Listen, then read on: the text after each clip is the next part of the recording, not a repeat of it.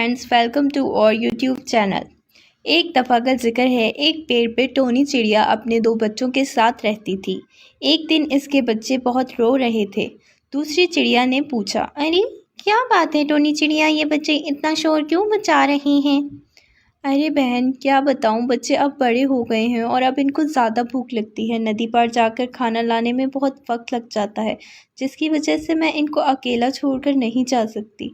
जो थोड़ा बहुत दाना दुनका मिलता है, हम लोग उसी पर गुजारा कर लेते हैं। अरे तो इसमें इतनी परेशान होने वाली क्या बात है? तुम एक काम करो, आज हमारे साथ खेत में दाना चुगने चलो।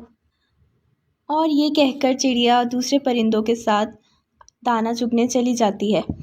खेत में किसान ने जाल बिछाया होता है और बदकिस्मती से सिर्फ टोनी चिड़िया ही उस जाल में फंस जाती है। किसान बहुत गुस्से में होता है और वो चिड़िया को पिंजरे में बंद कर देता है। चिड़िया उस किसान से बहुत फरियाद करती है, अरे अरे किसान भाई, मुझे जाने दो, मुझे जाने दो, मेरे बच्चे रो रहे होंगे, वो भूखे हैं, वो अकेले हैं। चुप कर मूर्ख चिड़िया, तूने मेरा सारा खेत खराब कर दिया। रोज़ तुम लोग मेरे खेत में आके दाना चुगते हो। आज इतनी मुश्किल से तू हाथ में आई है, अब मैं तुझे नहीं जाने दूंगा। इतने में वहाँ से एक आम बेचने वाला गुजरता है।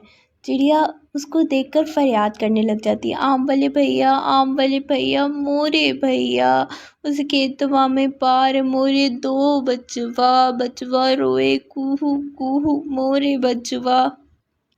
आम वाले भैया, मुझे यहाँ से आज़ाद करवा दें, मेरे बच्चे भूखे हैं, वो रो रहे होंगे। किसान भाई, तुमने इस मासूम सी जान को क्यों कैद करके रखा हुआ है? तुम इसको रिहा कर दो, बदले में मैं तुम्हें अपने सारे आम दे दूंगा। किसान आम वाले पे बहुत गुस्सा हो जाता है और उसे वहाँ से भगा देता है। आम वाला चिड़िया से माजरत करता हुआ वहाँ से चला जाता है।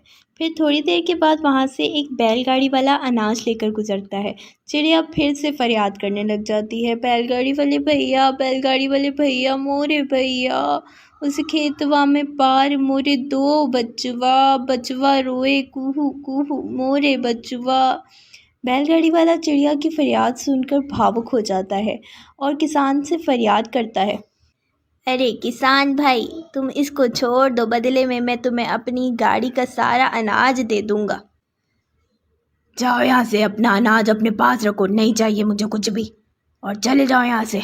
इस चिड़िया को मैं किसी कीमत पे भी नहीं छोड़ूंगा। बैलगाड़ी वाला अफसोस करता हुआ और चिड़िया से माजरत करता हुआ वहाँ से चला जाता है।